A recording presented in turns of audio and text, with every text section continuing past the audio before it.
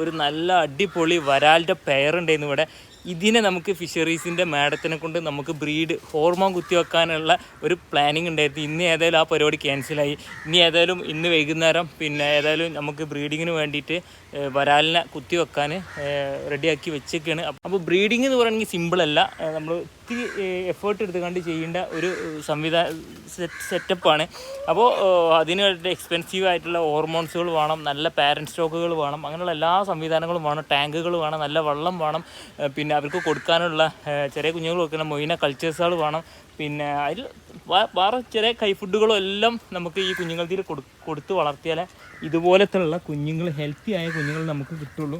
നമസ്കാരം പൊന്നു സുഹൃത്തുക്കളെ, ഇന്നത്തെ വീഡിയോ എന്ന് പറയുകയാണെങ്കിൽ നമ്മുടെ വരാലിൻ്റെ കുഞ്ഞുങ്ങൾക്ക് തീറ്റ കൊടുക്കണ ഒരുപാട് കുഞ്ഞുങ്ങൾ നമ്മളെ ടാങ്കിൽ നമ്മളിവിടെ സെറ്റാക്കിയിട്ടുണ്ട്. നമ്മൾ ഇതിൻ്റെ മുന്നത്തെ 3-4 ബാച്ച് നമ്മൾ ചെയ്തിട്ടുണ്ടായിരുന്നു. പ്രളയത്തിന് ശേഷം, പ്രളയമല്ല, നമ്മൾ ആ വെള്ളം കയറലിൻ്റെ ശേഷം നമ്മൾ വീണ്ടും നമ്മൾ ഉള്ള കുഞ്ഞുങ്ങളെ ഇതിലോട്ട് മാറ്റിയിട്ടുണ്ട്. നമ്മൾ അടുത്തത് ബ്രീഡിങ്ങിന് വേണ്ടിയിട്ട് വലിയ സൈസുള്ള വരാലിനെ നമ്മൾ സെപ്പറേറ്റ് വെച്ചിട്ടുണ്ട്.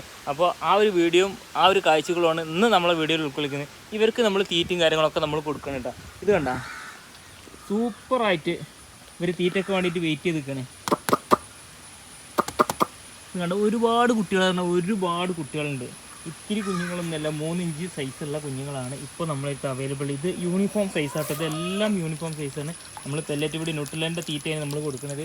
അത് കൊടുക്കുകയാണെങ്കിൽ നല്ല ഗ്രോത്ത് വരുന്നുണ്ട്. അത് കൂടുതൽ കൊടുത്തു കഴിഞ്ഞാൽ നമ്മളെ പോക്കറ്റത്തെ കായ് പോട്ടെ, ഉള്ളു പറഞ്ഞതാണ്. നമുക്ക് വരാൽ കൃഷി ലാഭമാക്കി തീർക്കണമെങ്കിൽ നമ്മളതായിട്ടുള്ള രീതിയിലുള്ള ഫുഡുകൾ കൊടുക്കണം. ഇത് നമുക്ക് കുഞ്ഞുങ്ങൾ ഏറിപ്പോയി നമുക്ക് ഏകദേശം ഒരു 1.5 മാസം 2 മാസം വരെ പെല്ലറ്റ് ഫീഡ് കൊടുക്കുക. അതിനുശേഷം നിങ്ങൾ ഒരിക്കലും ഈ പറഞ്ഞ പെല്ലറ്റ് ഫീഡ് കൊടുത്താൽ നിങ്ങൾക്ക് മുതലാവില്ല. പിന്നെ ഈ പറഞ്ഞ മാതിരി 600-700 രൂപ കിലോയ്ക്ക് കിട്ടണം. മാക്സിമം ഒരു 500 കിട്ടണം. മിനിമം ഒരു 500 കിട്ടണം. എന്നാലേ നമുക്ക് ഈ പെല്ലറ്റ് ഫീഡ് കൊടുത്താൽ മുതലാവുള്ളൂ. നമുക്ക് പൈസ ലാഭം കിട്ടണമെങ്കിൽ ഈ രീതിയിൽ പെല്ലറ്റ് ഫീഡ് കൊടുത്താൽ ഒരിക്കലും നടക്കില്ല. അപ്പോൾ നമ്മൾ കൈ ഫുഡുകളും കൊടുക്കുക, അതുപോലെ തന്നെ നമ്മളുടെ രീതിയിലുള്ള ഫുഡുകളും നമ്മൾ ക്രിയേറ്റ് ചെയ്താണ് കൊടുക്കുക. അതിൻ്റെ വീഡിയോ നിങ്ങൾക്ക് താല്പര്യം ഉണ്ടെങ്കിൽ നിങ്ങൾ കമൻറ്റ് ചെയ്തോളി, നമ്മൾ വീഡിയോ ചെയ്തുതരാം. എന്തൊക്കെയാണ് കൈ ഫുഡ് എന്നുള്ളതൊക്കെ നമ്മളെ ചാനലിൽ എല്ലാ വീഡിയോ ഇതിന് മുന്നേ നമ്മൾ ചെയ്തിട്ടുണ്ടായിരുന്നു. എല്ലാ ഐറ്റംസും നമ്മൾ ചെയ്തിട്ടുണ്ടായിരുന്നു. ഇവർക്ക് എങ്ങനെയാണ് തീറ്റ കൊടുക്കേണ്ടതെന്നുള്ളതും പിന്നെ എത്ര ക്വാണ്ടിറ്റിയിലാണ് കൊടുക്കണം എന്നുള്ളതും അങ്ങനെയുള്ള എല്ലാ വീഡിയോസുകളും നമ്മൾ ചെയ്യലുണ്ട്.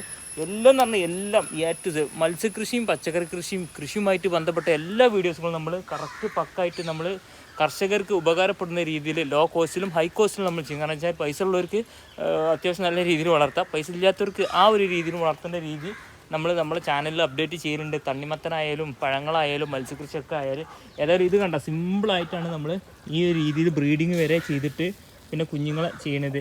നമുക്ക്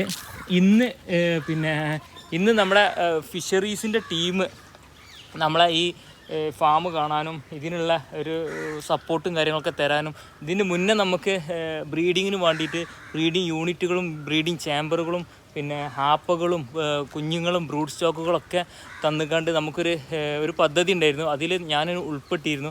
അപ്പോൾ ഏതായാലും അത് കാണാനും അതിനെപ്പറ്റിയൊരു വിവരണം തരാനും വേണ്ടിയിട്ട് ഇന്ന് ഫിഷറീസിൻ്റെ ഓഫീസേഴ്സ് ഇവിടെ എത്താമെന്ന് പറഞ്ഞിരുന്നു. പക്ഷേ ഏതായാലും പറ്റില്ല. ഞാൻ വിചാരിച്ചിരുന്നു ഏകദേശം ഒരു നല്ല അടിപൊളി വരാലിൻ്റെ പെയറുണ്ടായിരുന്നു ഇവിടെ.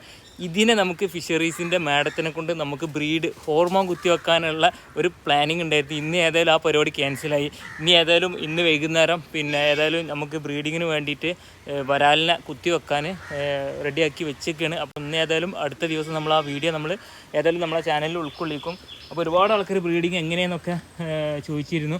അപ്പോൾ ബ്രീഡിങ് എന്ന് പറയുകയാണെങ്കിൽ സിമ്പിളല്ല, നമ്മൾ ഒത്തിരി എഫേർട്ട് എടുത്തുകൊണ്ട് ചെയ്യേണ്ട ഒരു സെറ്റപ്പാണ്. അപ്പോൾ അതിന് എക്സ്പെൻസീവ് ആയിട്ടുള്ള ഹോർമോൺസുകൾ വേണം, നല്ല പാരൻറ്റ് സ്റ്റോക്കുകൾ വേണം, അങ്ങനെയുള്ള എല്ലാ സംവിധാനങ്ങളും വേണം, ടാങ്കുകൾ വേണം, നല്ല വെള്ളം വേണം, പിന്നെ അവർക്ക് കൊടുക്കാനുള്ള ചെറിയ കുഞ്ഞുങ്ങൾ കൊടുക്കുന്ന മൊയിന കൾച്ചേഴ്സുകൾ വേണം, പിന്നെ അതിൽ വേറെ ചെറിയ കൈ ഫുഡുകളും എല്ലാം നമുക്ക് ഈ കുഞ്ഞുങ്ങൾക്ക് കൊടുത്ത് വളർത്തിയാലേ ഇതുപോലത്തുള്ള കുഞ്ഞുങ്ങൾ ഹെൽത്തി ആയ കുഞ്ഞുങ്ങൾ നമുക്ക് കിട്ടുള്ളൂ. നമ്മൾ വിചാരിച്ച മാതിരി ഒന്നല്ല ഇവർക്ക് വിശപ്പ് തീർന്നിട്ടില്ല ചേട്ടാ. കമോണ്ട്രാ, ഞാനിപ്പോൾ ഏകദേശം 1 കിലോനോളം പിന്നെ ഇത് ഇട്ട് കൊടുത്തു.